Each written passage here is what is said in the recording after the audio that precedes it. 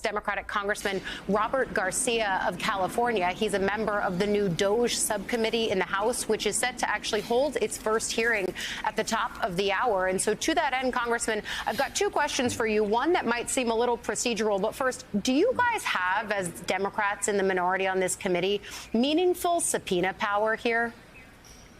Well, look, we've tried. And I think that this committee and our larger oversight committee have even tried to get Elon Musk to come to testify. That's been blocked by the Republicans. Right. And so a lot of that's being negotiated still. But as of right now, we're prepared today to go in and ask and answer some really tough questions. We want to see Elon Musk, but we're also going to call out the corruption. We're going to call out the fact that we have essentially an unelected billionaire with almost as much power as the president of the United States. And I think we're going to bring the fire today. And so I think even though we don't have all the power that we would like, we're going to use every minute that we are given at this hearing to call out the corruption, the lies, and I think we're going to bring the fire today.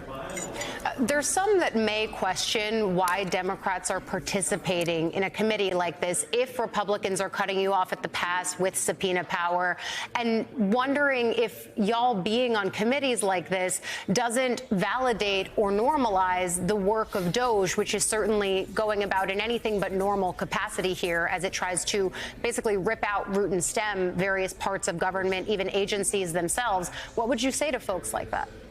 Yeah, I would say that first, I have zero interest working with Marjorie Taylor Greene, our chairwoman on this committee, or the House Republicans on this committee to help them with anything as it relates to DOGE.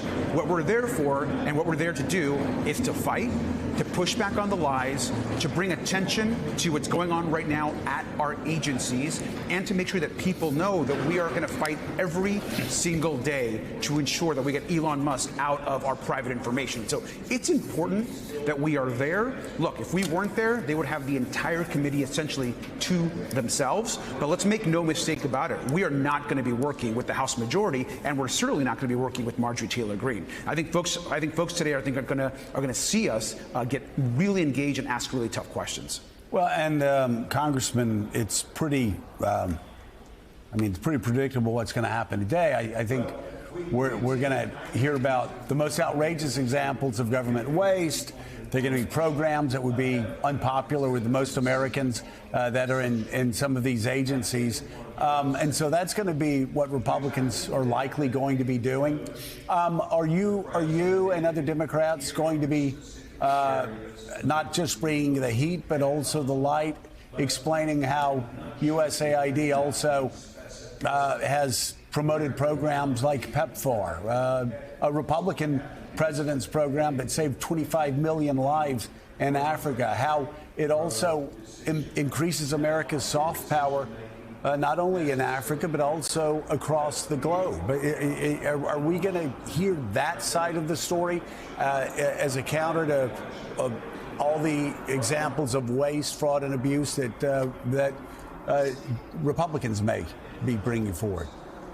You are. You're going to hear about why programs at the Department of Education are so critical, for example, for families with children with disabilities. You're going to hear why foreign aid is actually not just good for our allies and national security, but for America's farmers.